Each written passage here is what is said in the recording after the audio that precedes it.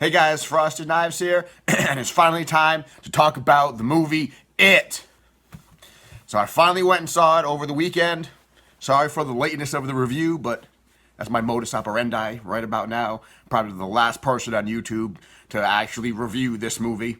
And this is going to be, just to let you know right off the bat, this is going to be a spoiler-filled review. We're not going to do 1 and 2 reviews like I did with The Dark Tower. We're just going to talk about it, and we're going to talk about the movie, and we're going to talk about spoilers. So if you haven't seen it, and you don't want to get any spoilers, just be warned, there's going to be spoilers. But if you don't care about spoilers, you've already seen it, and you want to talk about it, here we go. Spoilers, 4, 3, 2, 1, boom. You've been warned. Now, so, as we all know, I hated the 1990 miniseries, and I also didn't have high hopes for the Dark Tower movie. That turned out better than I expected. But I did have high hopes for the It movie based on the trailers and everything that I had seen, and I figured it had to be better than the 1990 miniseries. So, how was the It movie? Was it good? Did it live up to my expectations? Was it a good movie? So, the short and simple answer to that is yes. It was phenomenal. I thought it was a phenomenal movie. I thought it was a phenomenal horror movie. I thought it was a phenomenal Stephen King movie. I thought it was one of the better adaptations. I thought it was probably now, in my opinion, one of the top 3 or 4 adaptations that they've done. I thought that not only did the movie feel true to the source material, even though they took some liberties, and we'll talk a little bit about that, there were some liberties taken, but the movie felt true to the source material. It felt true to being a King movie. You knew that you were watching a horror movie, but you also knew you were watching a Stephen King movie because it felt like a King movie. And as I've said in the about the 1990 miniseries, part of the problem that I had with it was it should never have been on television. It should always have been a movie. I think that was miscast, and I think it should never have been a miniseries. And now having seen it with a great cast, and having seen it as a full-length feature film that was rated R, I was right. It should never have been a miniseries. It should always have been a movie. And this movie was great. They did take some liberties, but it was closer to the source material than I thought it was going to be. So let's talk about some of this. Let's talk about the characters first of all, because as you know in my It review, I love the characters in the book. The characters were phenomenal. So how were the characters in the movie? Those kids, they stole the show. Man, this was the Losers Club come to life. I love these kids. The kid, I don't know all of the children. I don't really know where they're from, but the kid who played Richie, the one who was from Stranger Things, wow, they all nailed, not only did they nail their characters, you know, Bill was Bill and Richie was Richie and Eddie was Eddie, they all nailed their characters, but they blended together so well, and their dialogue was so good. And it didn't sound forced, and it was so natural, and the way they talked, and the way they spoke to each other, and the way they interacted with each other, this was almost like you were watching real live kids, you know, doing their thing and talking. So the characters were great. They were what I expected.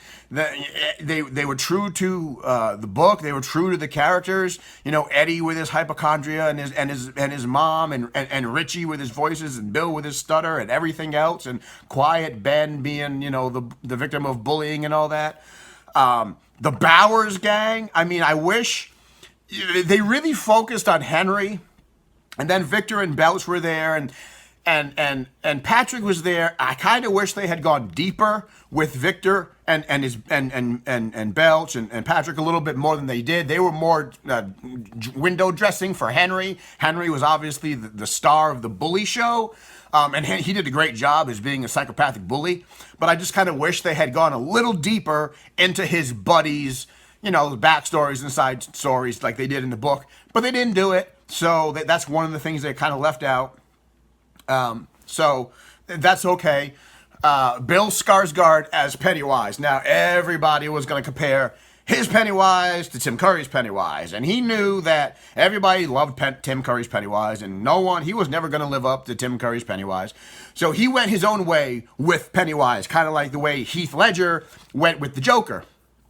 And his Pennywise is still a little comical, but it is a lot more horrifying. And it is a lot more terrifying. There are some jokes and some little bit of lightheartedness with Pennywise, but mostly it's just straight up creepy and terrifying. And that's what I'll say about this whole movie. This whole movie was intense. It was very intense. It was very horrifying. There were scenes that made you downright uncomfortable, that made me downright uncomfortable, that made me squirm in my seats. And some of the scenes that made me uncomfortable, made me squirm, weren't necessarily scenes that involved Pennywise. They were scenes that involved humans doing bad things to other humans. And we'll talk about that. So it did sort of capture... So the characters were great. Characters were awesome. They should all win awards for this because I think they all did a phenomenal job. And Derry sort of looked like Derry. We got some of the landmarks, we got the Paul Bunyan statue showed up in there and a few other landmarks. So the town was recognizable as Derry. I like how they incorporated the history from the books, sort of into the movie. Ben was more the historian than Mike was. Mike was more the historian in the book, and in the movie, Ben was sort of the new kid in town, so he was researching Derry, and he found out all about the stuff, found out about the Bradley Gang and the Black Spot, and found out that the original inhabitants of Derry that had founded the city disappeared, and he was the one that really delved into the history of Derry, and they brought that from the books, they brought that into the movie to give sort of the backstory of Derry, and I like that. It was fairly good in its shape-shifting abilities. They did change some of the things, like, obviously the book was set in the 50s, so the horrors were set in the 50s. This movie takes place in the 80s, 1989, and they wanted to bring it more modern. So some of the things that Pennywise turns into the kids is new. It's different. Stan saw something different. Patrick saw something different. There wasn't a werewolf. There wasn't a Frankenstein's monster. Bill still saw Georgie, and Beverly still saw the blood, and Eddie still saw the leper, which was creepy as all shit. But they did change some of it to make it a little bit more modern, and it worked. It did work. I was sort of afraid that we were going to get like a Jason. Because it was set in the 80s, and that was the sort of the height of the slasher films, that one of the kids was going to see like Michael Myers walking down the street, or there'd be like a Freddy Krueger. But they didn't do that. I appreciate that. That would have been a bit corny. That would have been a bit cheesy. They stayed away from the obvious tropes. So what it changed into was a little bit new for some of the kids, and that was okay with that. And like I said, they did take some liberties. And some of the liberties that they took mostly had to do with what happened at the end of the movie, not so much what was leading up to it. The scene where Henry was carving his name into Ben's stomach, that made it into the movie. I can't remember if it made it into the miniseries, but that made it into the movie. That was uncomfortable to watch. Even watching, Henry's buddies going, "Hey, Henry, do you really think you should do this?" That was uncomfortable to watch. I mean, it was in the book. It got in the movie, that was sort of surprising. The relationship between Beverly and her father, and what her father tried to do to Beverly, that was uncomfortable to watch. But again, that was sort of necessary. Pretty sure in the movie she kills him. Not really sure, but at the end, where we're culminating with the end of the movie, he does go after her. As she's trying to leave, he does go after her. And she smashes his head in with a toilet tank, and I'm pretty sure he's dead. He didn't kill her. She didn't kill him in the book. I'm almost positive she didn't kill him in the book. I'm pretty sure she killed him in the movie, and that was that scene where he's going after her, and that was very uncomfortable and that was very intense. And what she did was, I mean, if it made sense, you're being attacked, and yeah, wow, she swung for the fences, and I'm pretty sure she killed him. the scene where they're all in the garage, where they're watching the projector, and then Pennywise is in the films. That got really intense in the movie. I'm a little bit claustrophobic, but I'm not claustrophobic watching it. But I got claustrophobic watching it because I'm like, oh my god, these kids have to get out of the garage. They need to get out now, and it got to be very intense and whatnot. So, the apocalyptic rock fight made it into the movie. The house on Nebo Street and the leper and Eddie's relationship with his mother. A lot of the stuff did make it into the movie, and I was surprised, and I was glad to see that. The end, they did change. And I think they had to change. There was no ritual of Chud. There was no anything like that.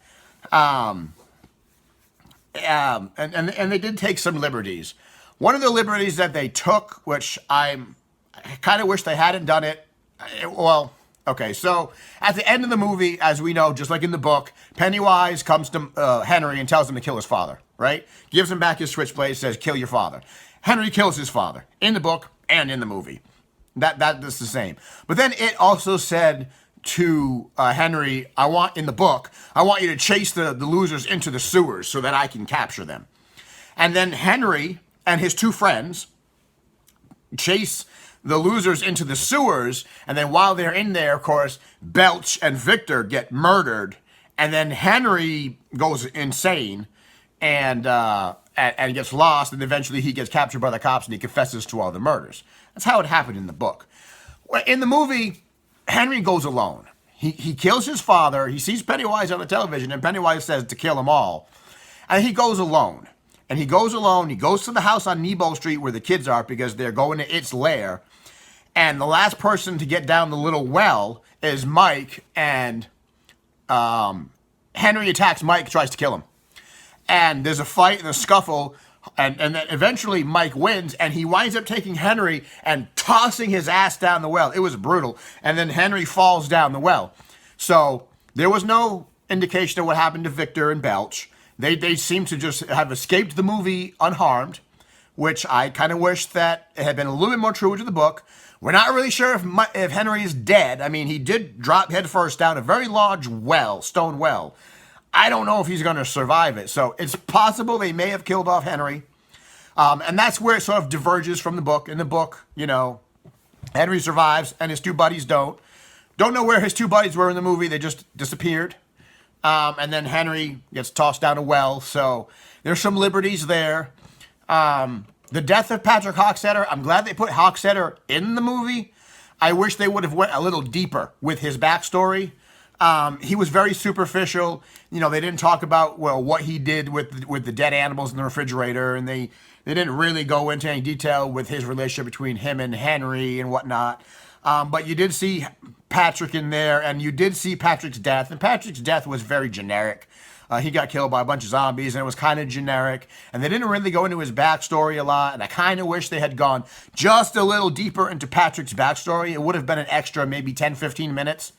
Maybe 10 minutes to go into a little bit more of Patrick's backstory so you can see what kind of a psychopath, Patrick was. But they didn't. I'm glad to see him in the movie. Wish he would have gotten a little bit deeper. Maybe we'll see it in a DVD release, in a Blu-ray release. Maybe there'll be some extra scenes that we're going to get. That would be awesome. And then, of course, the fight with Pennywise. It was a little different than the book. There was no ritual. It was just straight up a physical fight where all the kids finally got together and beat the shit out of Pennywise. And as they're beating the shit out of Pennywise, Pennywise is sort of morphing and shape-shifting into the various incarnations, that there are various forms that he took. It was very Terminator 2. When the liquid Terminator got thrown into the hot molten metal and he started shape-shifting, kind of what Pennywise was doing. They were kicking the shit out of him, and then he was shape-shifting into different forms here and there and trying to scare the kids and whatnot. But and it was a physical fight, and it had to be a physical fight, I think. I don't think they could have done the ritual of Chud, but it was good. It was good. All of the losers, and that was the point, was all of the losers had to be together to fight Pennywise, and they did. And then, of course, before the final blow could be given, Pennywise escapes, drops down the well, and they think he's dead, but obviously we know by the book and everything that he's not. They're just severely wounded. So that was good. I wish they had gone a little bit more into its backstory. And see, a lot of these gripes that I have, we don't know what's going to happen in part 2. So a lot of these gripes where I say, I wish they had gone a little bit more into the nature of it and what its backstory is, we might get a lot of these answers in part 2. So we're really criticizing a movie that is incomplete. It's a part 1. Until we get to part 2, then we can really dissect it. So I'm saying, I wish they had talked about its backstory. We may get that. We may get what's going to happen to Henry and his buddies. We may get some of the answers in part 2. So I'm holding off judgment. But based on what I have seen, part one was phenomenal. Part 1 was awesome. Part 1 was great. I got to tell you, they have some of the best dialogue in that movie. Richie and Eddie were always my favorites. And there's a scene at the end of the movie this movie is eminently quotable. It's just great. But there's this one scene at the end, right before the fight with Pennywise. And Pennywise, the other uncomfortable scene is when they get to Pennywise. Pennywise appears as Georgie. And he appears as Georgie to Bill, and he tells Bill, he's like, Bill, I'm sorry I lost the boat. I'm sad. I'm afraid. I want to go home. I love you. I want to be with mom and dad and you. I want us to be a family again. And Georgie is crying, right? And Bill is crying. And I'm pretty sure half the audience is crying. And Bill's like, I love you too, Georgie. It's not your fault. I'm sorry that I let you go out. And he says, and I wish that you could come back and live with us, and I really want you home. And they're both crying, and then all of a sudden Bill flips a switch and he goes, but you're not Georgie. And he puts this, Mike had a sheep gun that they used to slaughter sheep. He puts the sheep gun to Georgie's head and plugs him and just shoots him through the forehead. And we're all like, well, that just happened. That was kind of intense. And that was Bill's growing up moment. That's when Bill stood up and put the fear aside and said, Pennywise, you're not going to win. That was really good. But the part that I really loved is when Pennywise grabs Bill and he tries to make a deal with the losers. He says, if you give me Bill, I'll let you go. I will let you live. I'll let you leave Derry. You'll grow up, be successful, happy lives. You'll never see me again. Just let me have Bill. And Bill says, go. Let Pennywise have me. Just go and save yourselves. And Richie steps up. And Bill and Richie had sort of a, kind of a confrontational relationship because Richie got mad at Bill for dragging him through the sewers and for making him go after Bill, after it and all this stuff. And so Richie stands up and he goes, I told you, Bill. I told you this was going to happen. I told you were going to lead us to our death. This is all your fault, he says. He says, you dragged us through the sewers. You sent us after all these dead things. You made us wade through miles of piss and shit. And he grabs a bat and he says, and now I have to kill this fucking clown. And it was the greatest speech in a movie. I was just like, that's Richie. And that's the losers in a nutshell. That's all of them standing up for each other and going after Pennywise. And now I have to kill this fucking clown. I told you this was your fault, Bill. And it was great. It was just a phenomenal movie. Yes, there were some liberties taken. I'm okay with that. Questions were left unanswered. Maybe we'll get those answers in part 2. And then we can do a fuller in-depth analysis of the movie. But what we got was amazing. You should go see it. It was the highest. It made $127 million over the weekend. It was like the highest grossing horror opening, or the third highest gross opening for this year. And it was like one of the top grossing horror films of all time. It is great. I think you will not be disappointed. Yes, you're going to have answers. Hopefully we'll get them in part 2. But the acting was phenomenal. The kids were phenomenal. The Losers Club was phenomenal. Pennywise was terrifying. The story made sense. It was easy to follow. The action was great. Some of the CGI was a little bit wonky, but we can forgive that. But definitely, I'm going to be picking this movie up on Blu-ray. I'm going to be watching the hell out of it. You should be watching the hell out of it too. I am so glad they made it. We finally get an It movie that captures the It book. finally, after, get this, 27 years. Coincidence? I don't know. But 27 years later, we get, so the cycle and the circle is complete. So it is amazing. It's everything that I hoped it would be. You guys should go see it. You should go watch it. It is great. Go buy it on Blu-ray. Let's keep the It train rolling. I could do series on it. It's phenomenal. There's so much to talk about it. We could do this series forever. We could talk about it until we're blue in the face, and until the dust takes us. So that's my review of it. I hope you enjoyed it. I hope you go see the movie. I hope you enjoyed the movie. You should go see the movie. I hope you enjoyed it. I hope you liked it. If you liked it, comment below. Let's talk about it in the comments below. And until next time, I'll see you in the next video.